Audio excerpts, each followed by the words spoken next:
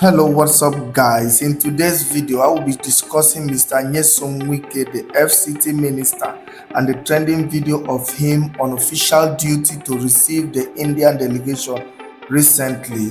This incident has sparked intense discussion online among Nigerians. Interestingly, when the video surfaced online, the FCT minister swiftly debunked the news. In fact, he was reportedly banned from entering Asu Rock until further notice. Wike denied all allegations, claiming that nothing unusual happened on the day the Indian Prime Minister visited. However, in a shocking twist, the latest report suggests that Mr. Wike has pleaded with the presidency not to punish him, shifting blame to an unbelievable curse. For those who may not be aware, the viral video shows FCT Minister Nyesom Wike allegedly under the influence of alcohol, nearly shoving Indian Prime Minister Narendra Modi during an official visit to Nigeria in Abuja. You want fall and down? Hey! Remember they said this thing about there was also a report that Wike has been barred from the state house or villa or something for the kind of conduct he had, when he went to receive the Prime Minister of India. And so the video came out and you saw what. Just imagine. So I don't even understand what was that all about. Couldn't you wait, allow him to pass? To the extent you even had to enter between him and his security, and it's just something else. There was someone that said that the Wike is lucky that it's not like the American president that he tried to brush off like that. Otherwise, that they for me it will become story. Not be any this is somewhere like in short, yeah.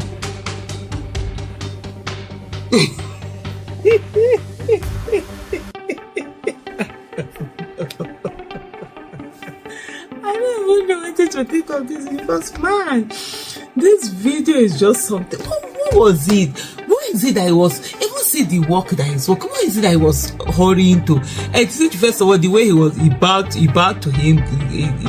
Recently, Wike head they always dig ground. There's a particular video of his where Tinubu was coming back from somewhere. As usual, and people who no get job, they were all lined up to go and welcome him, and then you see him almost as if he wants to use his head to hit the floor. Almost as if he wants to use his head to hit the floor. It's just seeing this one. He bowed to him, and is it so much in a hurry that you couldn't wait for him to enter? Just wait by the side. So they say you have to enter in between brush, put your hand in your pocket, and was walking away. So I don't even understand. So when you're going for this kind of a thing, even if you don't know how everything is, what was there, it doesn't take much from you. Ask people around, but the people who are used to protocol, ask them, say, okay, how do I do this thing? Maybe if I've never received a head of state before, how is the reception? What are the things that I need to do? And even if you feel like you can't even ask people, you can easily go on Google, go on YouTube, go and put it down. You will see there'll be something to tell you this is what to do. If you can't even do that matter, go to on your WhatsApp at the top there's an AI this thing. They ask it the question, how do you receive head of states and stuff like that? But this whole embarrassment and stuff. But anyway, so what am I even talking? Even the Tinubu himself, is he not an embarrassment? It was alleged that Wike was banned from entering Aso Rock because he was drunk. Let me explain. On 20th of November 2024, there was a publication circulated on social media that Nyesom Wike, the FCT minister, was banned from entering Aso Rock, which is the power seat of Nigeria, because he was drunk. Now, this allegation came up when the Prime Minister of India came to Nigeria. According to eyewitness and those who were there, they said that the FCT minister came into the scene drunk, smelling all alcohol, according to them, allegedly. Before now come after me, I know they sell alcohol. The FCT minister was then banned from coming to Aso Rock to further notice. But the FCT minister has debunked this, said that he wasn't drunk. Maybe he was under the weather or maybe something else. The FCT minister went further to say that he wasn't drunk and also that he wasn't banned from entering Aso Rock. Anyway, all this is still alleged. Remember, the FCT minister has denied this, but the publication have it that the FCT minister was drunk. Anyway, you tell me what to think about this in the comment section. Do you really think that the FCT minister, the almighty Wike, will go to Aso Rock? drunk. The video circulating on social media is what you are seeing on the screen right now. Mr. Wike is seen walking briskly ahead of the Indian Prime Minister, who was surrounded by his aides. When he stopped a few feet from Mr. Modi, Mr. Wike stiffened as if preparing to salute the Indian leader. After a brief moment, Mr. Modi caught up and the two shook hands. It was unclear why Mr. Wike stood in such a rigid manner. Following the handshake, Mr. Wike appeared confused and overwhelmed, spotting a small gap between Mr. Modi and an aide walking behind him. The minister awkwardly squeezed through, nearly shoving the Indian Prime Minister as he walked away unsteadily. Mr. Wike's behavior and unsteady movement led many to speculate that he might have been intoxicated even before the meeting with the Indian delegation. Surprisingly, the presidency, known for quickly addressing criticism of the Bola Ahmed Tinubu administration, has remained silent on the incident, even as Mr. Wike trended on X with users accusing him of being intoxicated while on official duty. Hello, my fellow Nigerians. Today, let us talk about Nyesom Wike, the drunken master of Nigeria, who kind of was able to host the Prime Minister of India.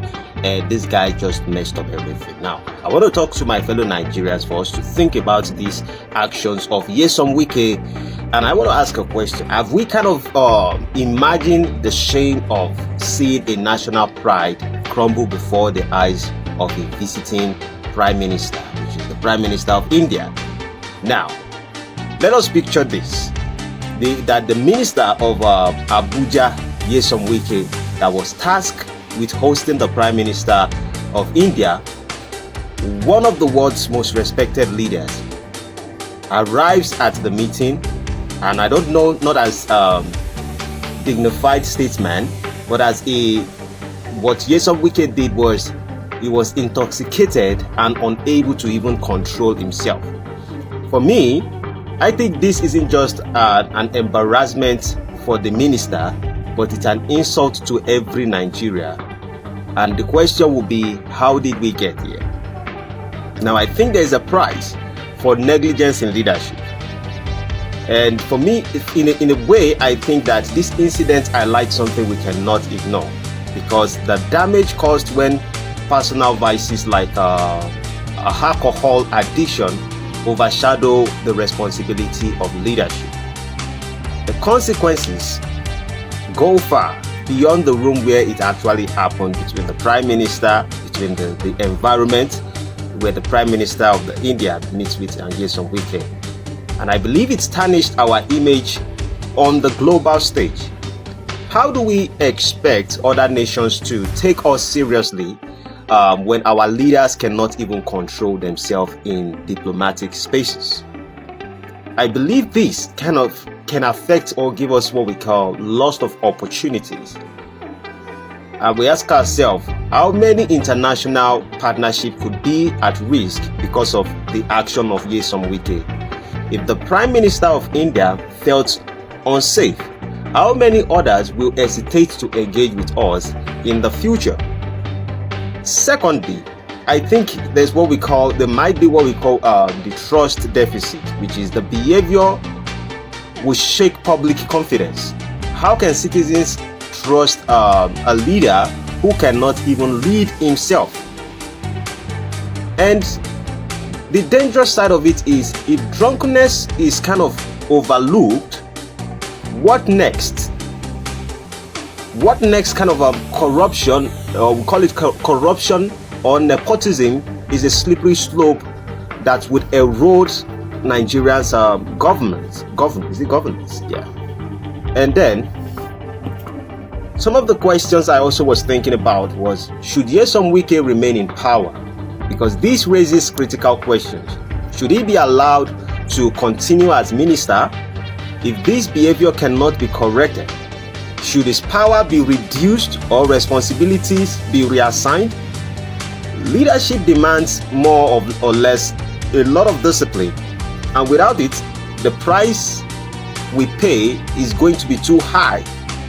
So there's a bigger lesson for Nigerians here, because this isn't just about one man, it's about us as a people. He is a representation of Nigeria. And the question is, are we actually vetting leaders based on their character and integrity, or merely their connections and promises?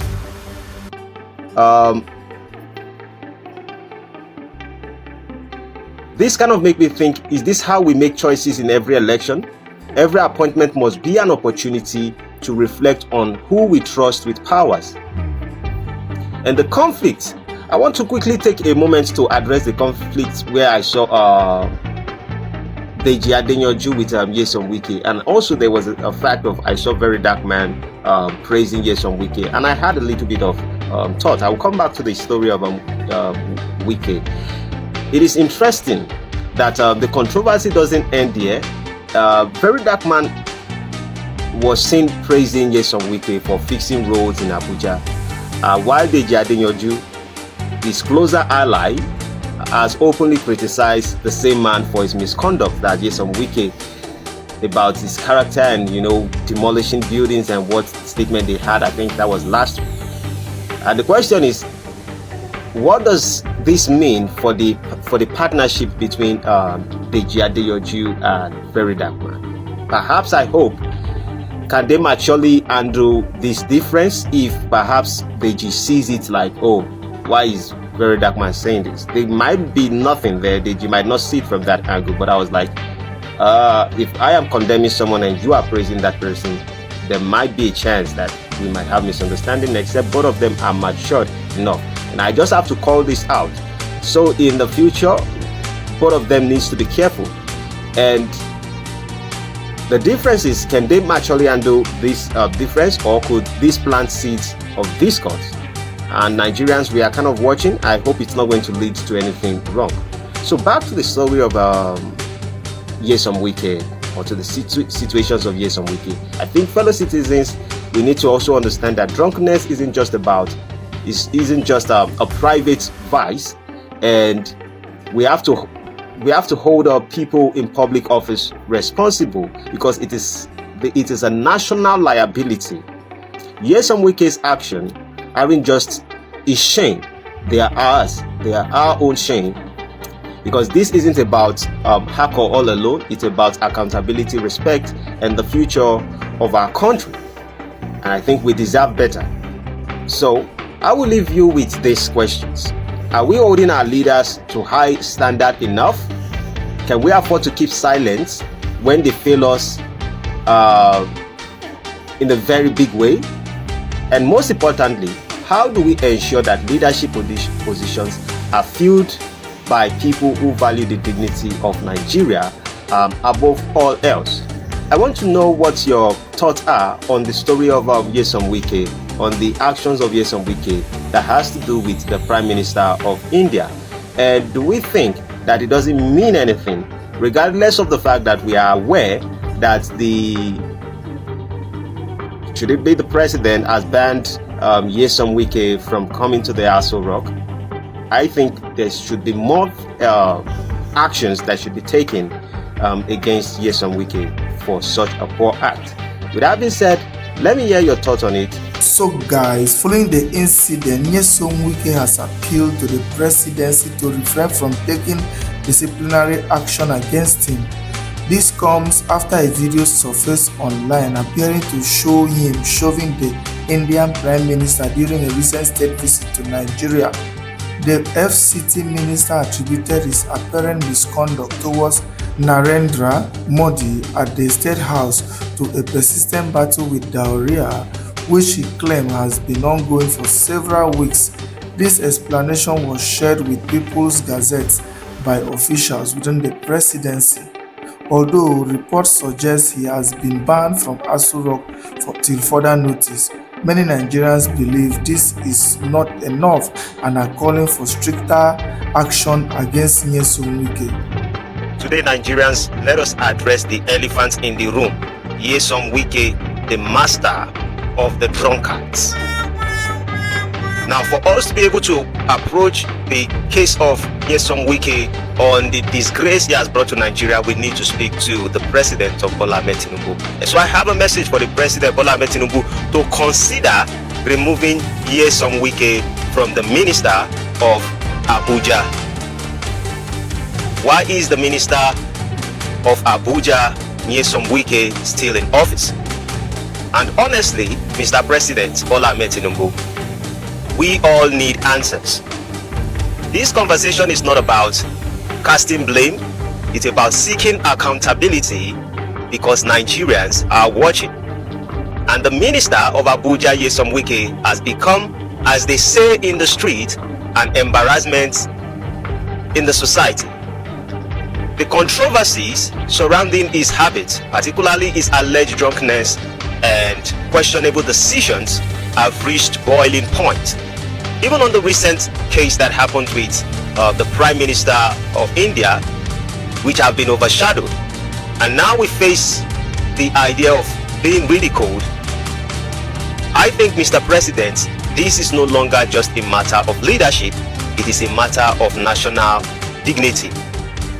Let me offer few reasons why we must act now, not just for the sake of removing the minister, but for the sake of restoring trust and pride in Nigerian governance. Let us look at it, number one, from the aspect of the face of the nation truly matters. And I will say, Mr. President Bola Ahmed Tinubu, when a minister represents the country, he carries the image of Nigeria on his shoulders. Do we want that image to be stumbling and slurring or forgetting what was discussed? Number two, children are actually watching. Imagine a 4-year-old asking, "Daddy, why is the minister always in trouble?" Are we teaching our children that leadership means no consequence? Thirdly, we need to look at it from the aspect of global perception is at stake.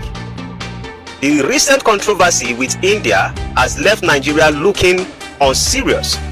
So, Mr. President Bola Ahmed Tinubu, we cannot afford to be the punchline of international politics. I think if ministers are not held accountable, how can we expect civil servants and ordinary Nigerians to follow the rules? Let's look at it, sir. Every time this minister's name comes up, Nyesom Wike, the people lose a little more faith in the government. And the question is, can we afford this to continue? I believe a bad habit becomes a national habit. If an appointed minister has a bad habit, it becomes a national habit. Drunkenness is a personal flaw, but when it spills into national duties, it becomes a collective shame. On the other side, I believe it is a wasted opportunity, because this office could be occupied by someone or people with fresh ideas, energy, and a vision for progress, not someone distracted by their own issues. And I believe the public is speaking loudly on this issue. So, Mr. President Bola Ahmed Tinubu, the people are watching, complaining and waiting. If we ignore and we think this is a normal circumstance, we risk losing the confidence of the society entirely. And I think we have to consider it also from the intellectual integrity, which is actually the key. That leadership requires focus, strategy, and wisdom. Can we honestly say the current minister, Nyesom Wike, embodies these qualities? And then let's look at the future, what the future demands. I think the future demands better, because history will judge us, Mr. President, not by what we tolerate, but by what we change. What legacy do we want to leave behind? So I would urge Mr. President Bola Ahmed Tinubu, this is not just about removing one minister, it is about setting a precedent. It is about showing Nigerians, young and old, that leadership is a sacred responsibility, not a casual privilege. I urge you, Mr. President, to reflect deeply on this decision. Let us remember that governance is not about shielding individuals from consequences, but about protecting the integrity of the nation. Nigerians are ready to see bold action, and we are counting on you to deliver by the minister Nyesom Wike to resign effective immediately. In the words of an elder, if you don't cut a rotten branch, the whole tree will fall. Let us cut this branch, not out of spite, but out of love for Nigeria. The world is watching, our children are watching, And Mr. President Bola Ahmed Tinubu, your legacy depends on it. I would say this. Balaba, this is a particular action that might be able to restore a little bit of the dignity or integrity that Nigeria is supposed to have, even if we don't have them at the moment. I hope this is okay. Please, whatever you think that needs to circulate, I would urge Nigerians to please share this video. Even if the president would not see it, at least his ministers or the administrators can see this information and pass it to the president. Hopefully we can make this, or let's be those who tends to be more journalists, those who have more information. Please, you can look into this particular conversations or discussion or speech that I just gave out and take it and make sure you elaborate more on it, that the message gets to the president Bola Ahmed Tinubu. Have a great day. If you're not following, make sure you follow me on TikTok, and if you haven't subscribed to the channel. My name remains the man of thought, aka the villain of truth, aka the Black Panther of Nigeria. Hope to see you in the next one. Adios amigos. Bye bye for now.